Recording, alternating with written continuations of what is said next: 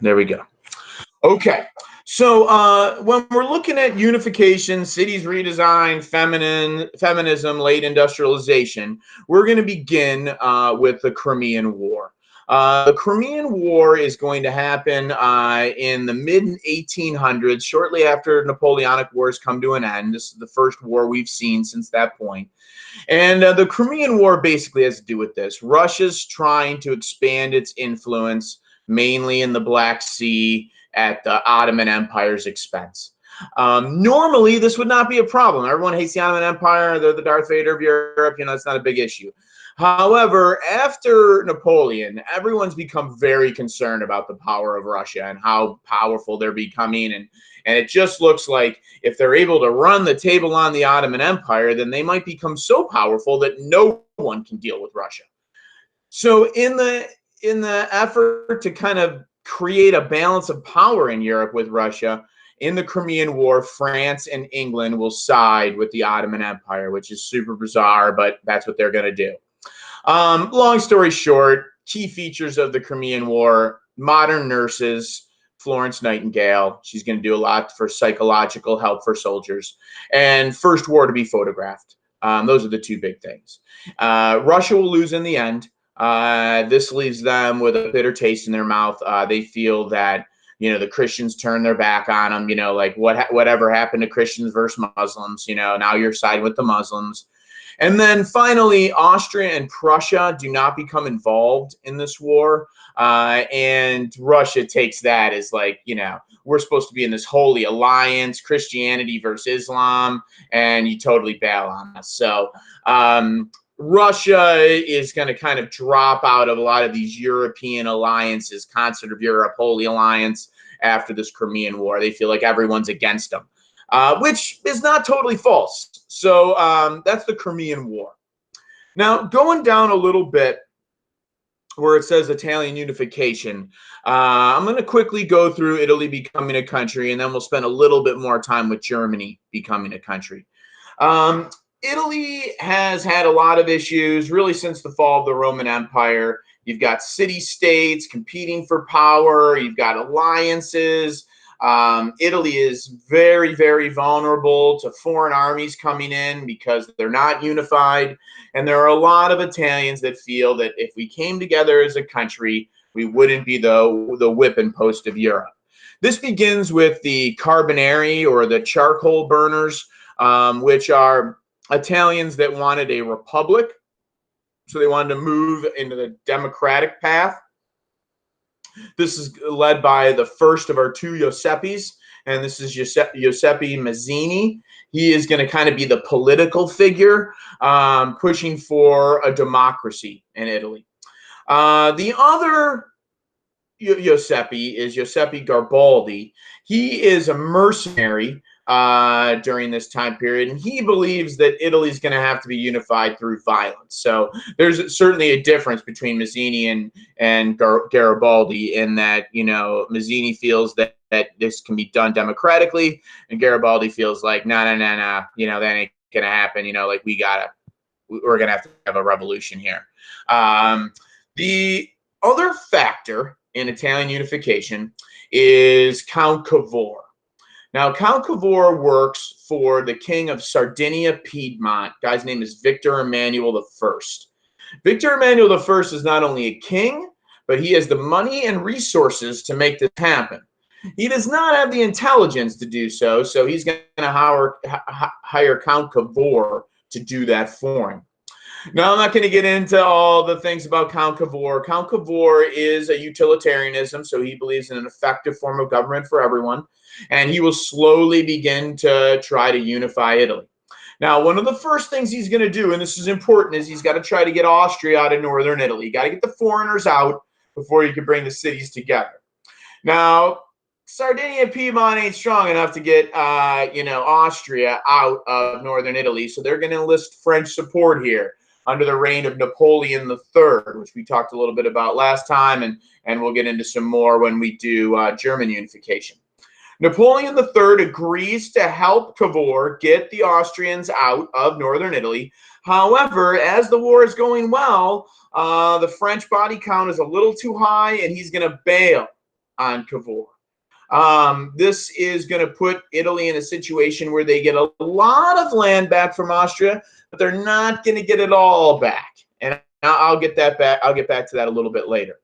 So after this, Cavour begins to try to negotiate the Pope to give up central Italy. You can't have a unified Italy without Rome. It's just ridiculous.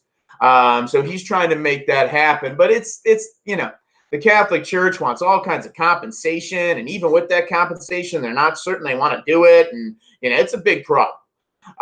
It's as things are bogging down that Garibaldi feels like there's no way that Cavour is ever going to play this out. So what he does is he creates a mercenary army called the Red Shirts. He invades from southern Italy, comes up through southern Italy, and begins to try to unify the country through force.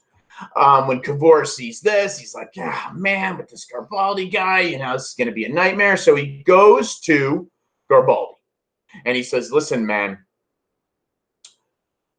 if you were to give up the possession of Italy that you own and turn that over to me, I will make you a national hero. I will say, like, this is all about Garibaldi. He did this to prevent a civil war. He's an Italian hero. We'll make this all about you. And secondly, I will give you, sorry about that, I will give you a large amount of cash. And your face is going to be on the dollar bill, man." Garibaldi really, in the end, does want a unified Italy. Sure, he's willing to take the money and the credit, and he does. And he turns over his possessions to Cavour. With as much as Cavour has now, the Pope will buckle as regards to the Papal States. He is not ready to give up Rome. He basically huddles into what's going to be the Vatican City, which is about half of Rome, and holds up shop there. This will cause the unification of Italy. And I just want you to keep in mind that cartoon where you've got Victor Emmanuel II, Victor Emmanuel the first son, having the boot of Italy put on his foot by Garibaldi. That's one of the most popular reoccurring cartoons in AP history, and you never know. That cartoon could be a document. So just keep that cartoon in mind. That's a very popular one. Now, in the end, it's great for Italy that they're unified. It doesn't solve all the problems, okay? You still have a strong organized crime, still a strong mafia presence in Italy, which, by the way, just a little current events, the mafia is starting to take control in Italy right now, providing food and medicine to people in quarantine. So, the mafia ain't ever gone. So that's a big problem. And the other big issue is those Italian territories that they didn't get. It's called the Italian Irredenta. Make sure you highlight that at the bottom of your notes. It's on the second page there, the Italian Irredenta. And this is what they didn't get from Austria. You're not going to have to mess with this because, I'm not sure if it's unfortunate or not, but World War I's not going to be on the task. But that was a condition of the Versailles Peace Treaties. They wanted those lands back. So that's the Italian Irredenta. And now we're going to get to German unification, which is the much more important of the two unifications. Now, Germany has had several attempts to unify themselves. 30 Years' War is probably the most famous. They have been the victims of French and Russian brutality because they have not been unified. And there's been a strong push to make that happen. Austria has not been willing to do it. And the reason why is they don't want to give up their multicultural empire. They don't want to give up the Croats and the Serbs and the Slavs and the Italians and the Poles and all these different people they have. And, to have a country that's going to be German, you kind of have to give up those people. And Austria is not willing to do it. So this puts Prussia in the forefront of unification. And the guy who's going to make this happen is Frederick William IV. Much like Victor Emmanuel II of Italy, he ain't smart enough to do it. So he's going to hire one of the most brilliant statesmen of all time, Otto von Bismarck, to do this. Now, Bismarck makes no bones about it, okay? He throws out his realpolitik. And just wanted to see if it's there for you. I don't see it there. I tell you to highlight it, but Realpolitik is by any means necessary. So it's like literally translated, it's real politics or hard politics. Like if I got to lie, if I got to steal, if I got to murder, like whatever I got to do, I'm doing it. So that's realpolitik. And then he doesn't make any bones about, what's going to happen in realpolitik either. He says, for Germany to be unified, it's going to be through blood and iron. There's no other way it can happen. So, Bismarck says right off the bat, like, I'm willing to do what needs to be done, and it's going to be violent. So he doesn't really pull any punches. Now, I think Bismarck has an overall idea on how he wants Germany to come together. But although he has like a broad plan, he kind of lets history dictate how things are going to go. So he'll just capitalize on events as they occur. Now, there's going to be a series of war fought. Like I said, Bismarck does do some things to set up these wars, but sometimes they just fall into his lap. I'm not going to go through all these wars in detail, okay? I'm just going to tell you the wars. The Danish War, okay, this is going to have to do with Danish interests trying to grab more German land. It doesn't work out. And this creates a situation where Austria and Germany come to Danish aid. And now you've got some tension between occupied Austrian territory and occupied Prussian territory that Bismarck exploits. And we have a second war. And that is known as the Austro-Prussian War, or sometimes it's called the 7 Weeks War, because that's how long it's going to take for Prussia to kick Austria's butt, is about 7 weeks. Now, when the war comes to an end, Bismarck's surprisingly generous. Bismarck says, listen, you can have the whole country back. I'm not looking to take Austrian land. However, you're going to sign this little piece of paper here that says Austria has no say or interest in German affairs from this point on. And we could call that the German daddy form. It's basically just saying Prussia is now the new German daddy, and Austria, you're out. So that's the significance of that war. Finally, we have the most significant war, which is the Franco-Prussian War.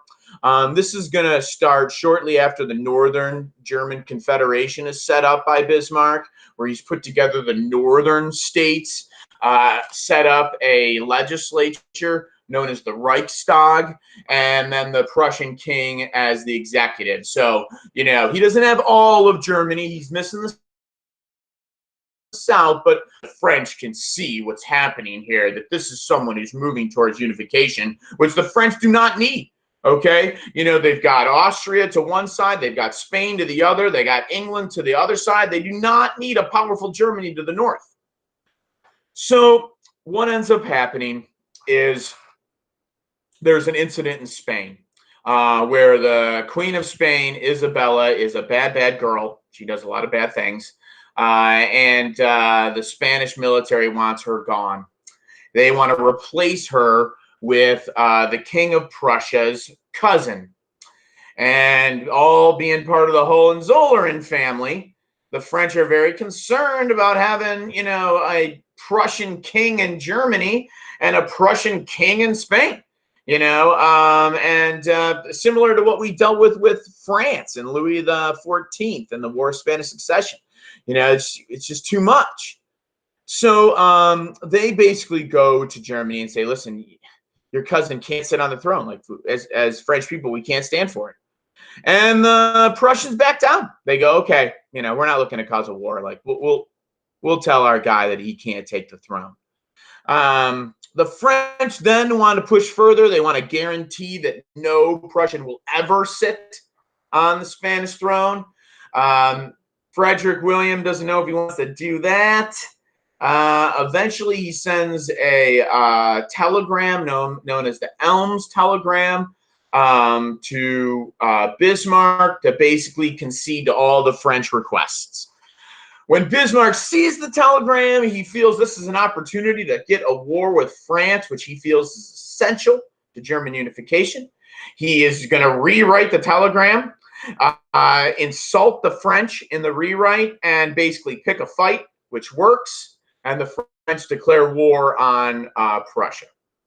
Now, once again, this war is not a very long war. The Prussian army is far beyond the capabilities of the French army. They're going to march into France, smash the French, And this will cause an end to Napoleon III's reign.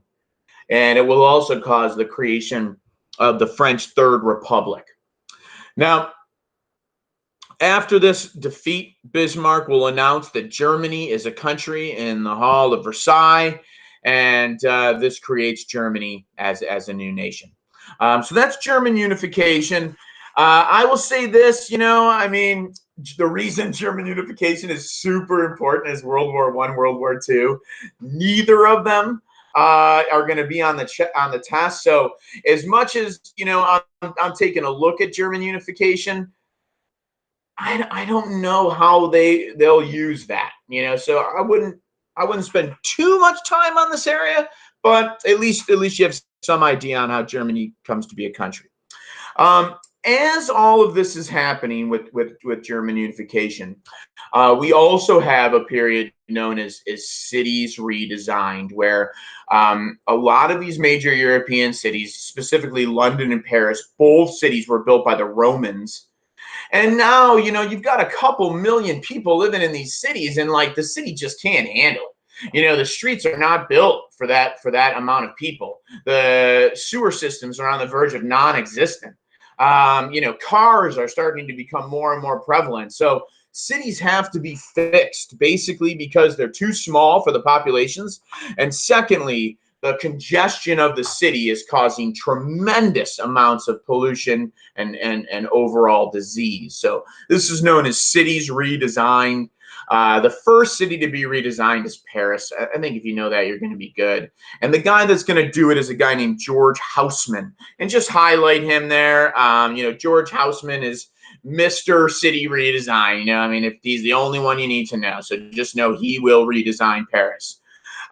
Couple key things. Haussmann is going to move poor people out of the city to what are called suburbs. This will reduce congestion in the city and I guess a little bit offense to the poor. It'll also reduce filth in that, middle class and poor and wealthy people have more money for proper sanitation than poor people do. So it certainly does help clean up the city. He will also build a train system to bring people in and out of the city, public parks, opera houses. The Eiffel Tower is going to be built during this time period, all as a way to bring people into Paris. Oh, he's going to widen the streets. Okay, we have the Champs-Élysées, the main street that goes through Paris to ease congestion. So these are all things that Haussmann is going to do to try to help out the situation in Paris. Now, one thing Haussmann will do a little bit later on as well, and a lot of countries will be messing around with, but really is going to pioneer in England, is with urban sanitation. So we have literal piles of poop and pee and all this kind of stuff in the city. It's absolutely disgusting. And when you have filth at that kind of a magnitude, you are going to have disease. And the main disease that we have ripping through Europe, specifically England at this time, is cholera. Cholera is a nasty disease, and it has a very high fatality rate. Excuse me. And you basically get cholera from drinking poop water. I mean, that's what happens. So you've got contaminated water getting into the drinking supply, and people are getting sick and dying of cholera. This will cause the creation of what is known as the London sewer system, which is going to be our first major sewer system of this time period. All the cities will copy, okay, but London is the first, really, since Rome. The history dork me's got to throw out the cloaca maxima, but since Rome, the London sewer system is our first really good sewer system. One of the reasons the London sewer system is going to be put together is the work of, and crazy that we're going through this pandemic right now and, celebrating doctors like Fauci and those guys. John Snow, he figures out how cholera is being spread. This is an infectious disease specialist. And he figures out how it's being spread. It's being spread through the water. And then everyone's like, okay, we got to do something about these sewer systems. So, that was one of the contributions that Jon Snow is going to make. Now, the guy who's going to do the water study and actually kind of convince everyone that these sewer systems have to be built is a guy named Edwin Chadwick. Just highlight him. He's Mr. Sewer System. He's going to prove to Parliament, like, we can't ignore this issue. People are dying. And finally, Parliament's like, okay, we have to address it.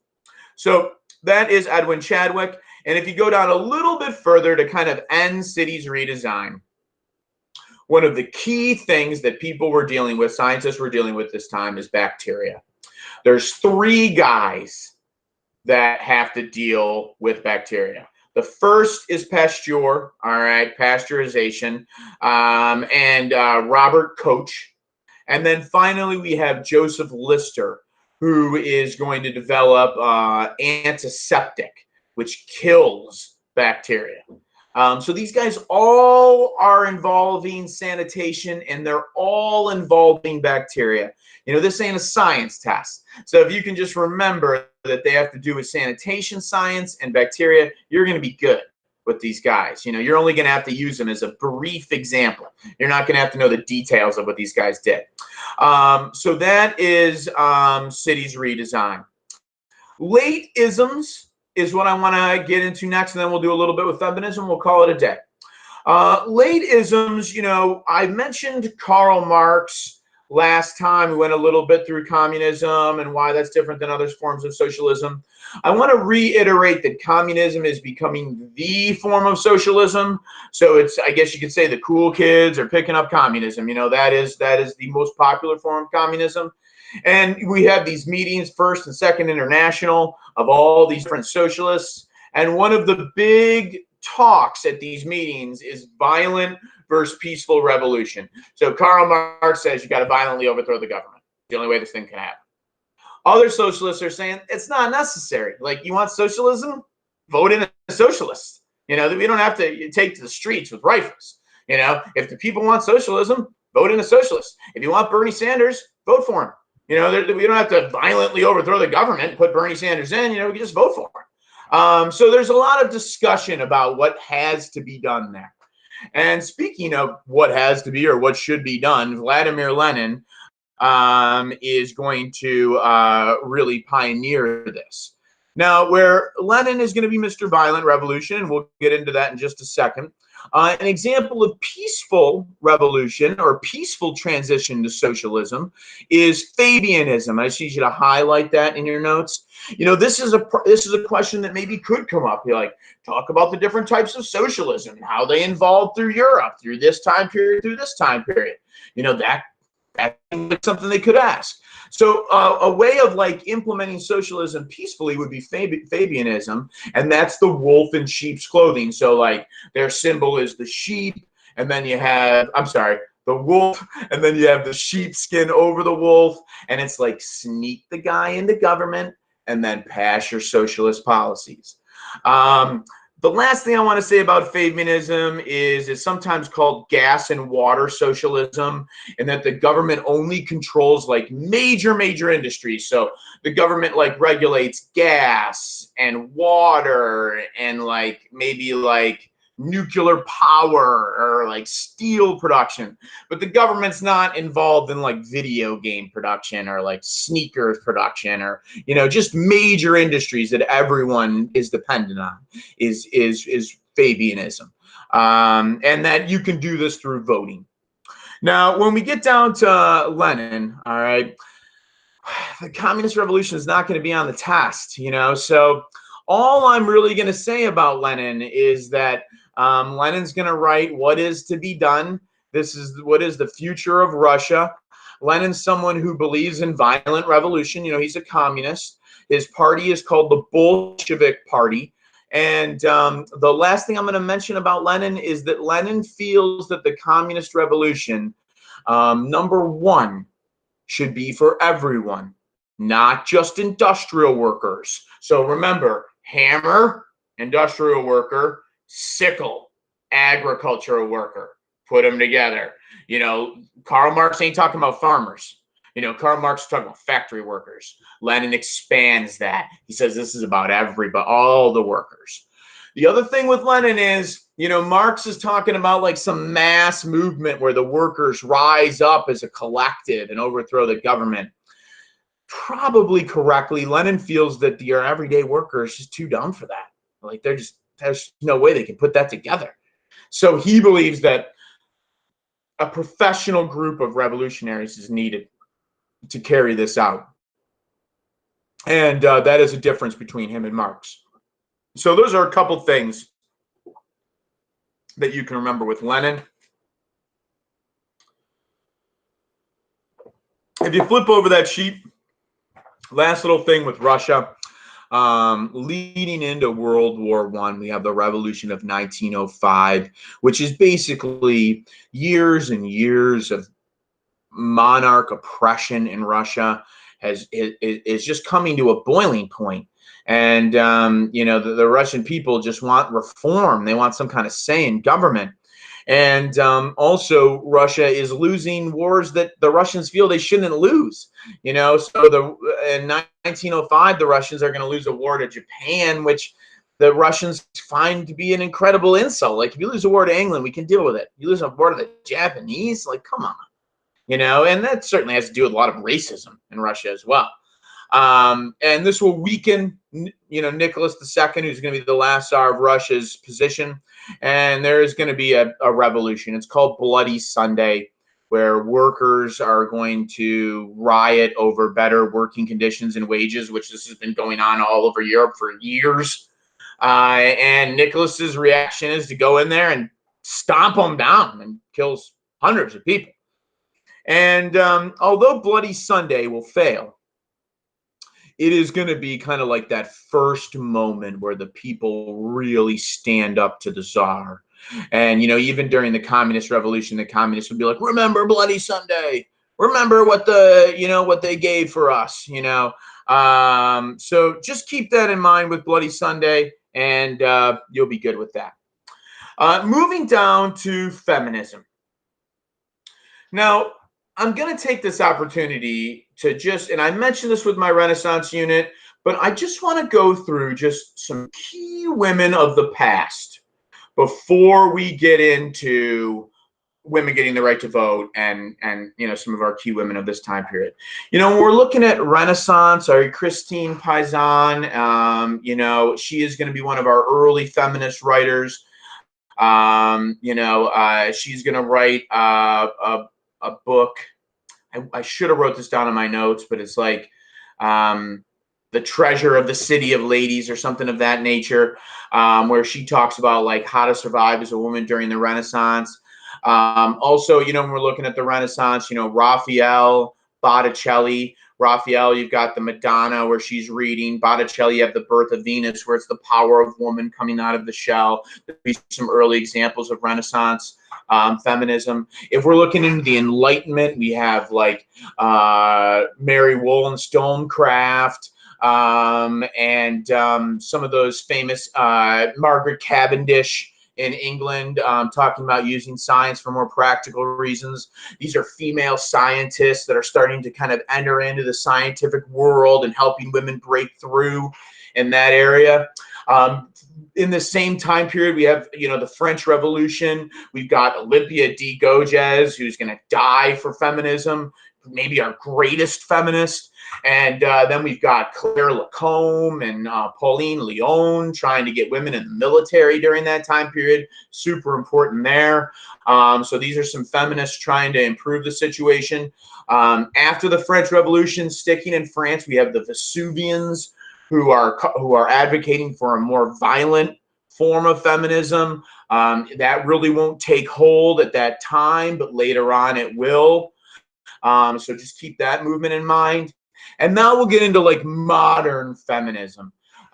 If you look through your notes here, it talks a little bit about like the situation with women in the Industrial Revolution and how they get paid less and are being exploited by their factory owners. And, pregnancy is a huge issue for women because the man can just abandon the woman and now you're poor with a baby and no job. And, we went through that. So, it's very, very difficult times for women in the 1800s.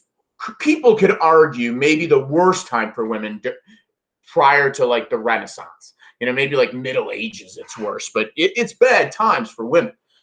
Women have been forced into the kitchen, into domestic life. They've been banned from several key positions, and women still do not have the right to vote. So the mid 1800s are tough times for women. Now, as we roll into World War One, and we're talking about the greatest conflict the world has seen to this point. Women are going to begin to start to work for, an advancement in voting rights. The first European country to give women the right to vote will be Norway. All of the other countries will follow after World War One. I'm not sure, they technically probably couldn't get into that, but maybe feminism overall, you could use it as an example. And where we'll see our most important movements towards universal female suffrage will be in England. And certainly no one is more responsible for that. And if you, let me see, I know I got her in here. Let's go down a little bit here to the back, the last sheet there, where you have Emmeline Pankhurst and the suffragettes. Highlight her. She might be more important than Olympia de Gouges, as far as overall impact on feminism. And then because one of the huge reasons, with Pankhurst and the suffragettes is the more aggressive feminism. So, on the mild end, we've got like chalking and chaining, chaining themselves to like government buildings until they get the right to vote. And on the most violent end, we've got like force feeding, hunger strikes. We have the example of that woman tragically dying in the middle of a London horse race, So I would say that, Emmeline's big contribution is taking things to that next level where like we're simply not going to tolerate this any longer. And, we're going to make life so disruptive for you that you just have no choice but to grant us suffrage. And, I wish I could tell you that violence is not the answer, but in this case it is. I mean, women have been trying to peacefully get the right to vote for hundreds of years and nothing has come of it. And, Emmeline Pankhurst gets super aggressive here. Super aggressive is too far. A little bit aggressive here. And, there you go. So just keep that in mind with equality amongst women and suffrage.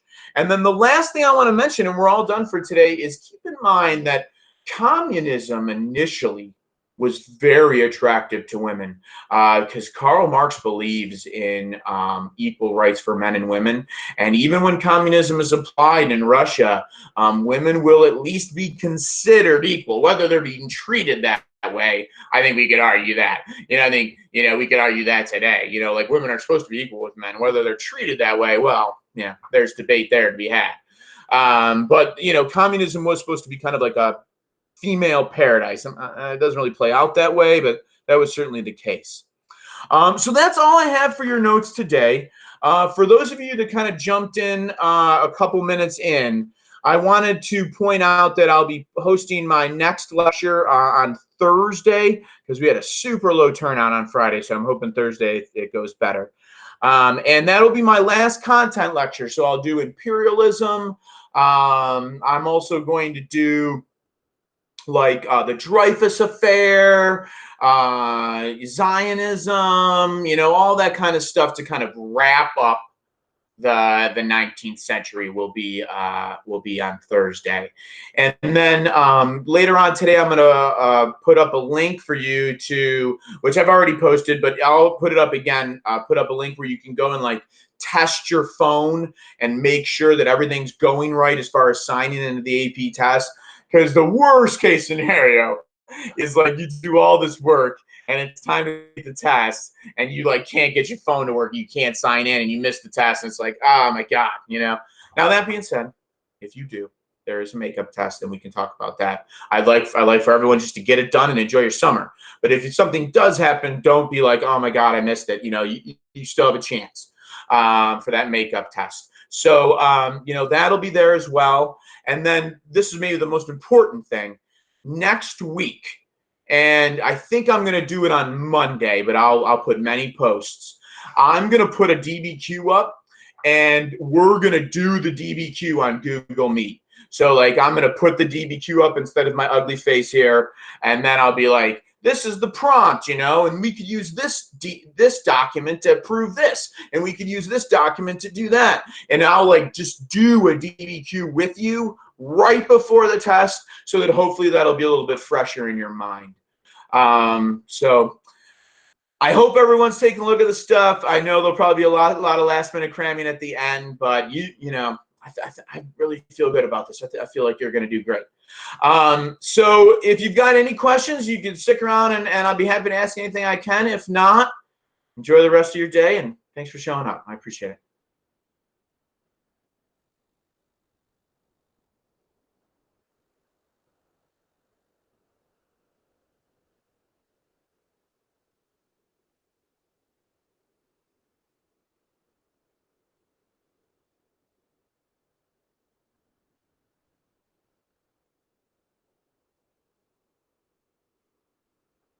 Kendi, you still there?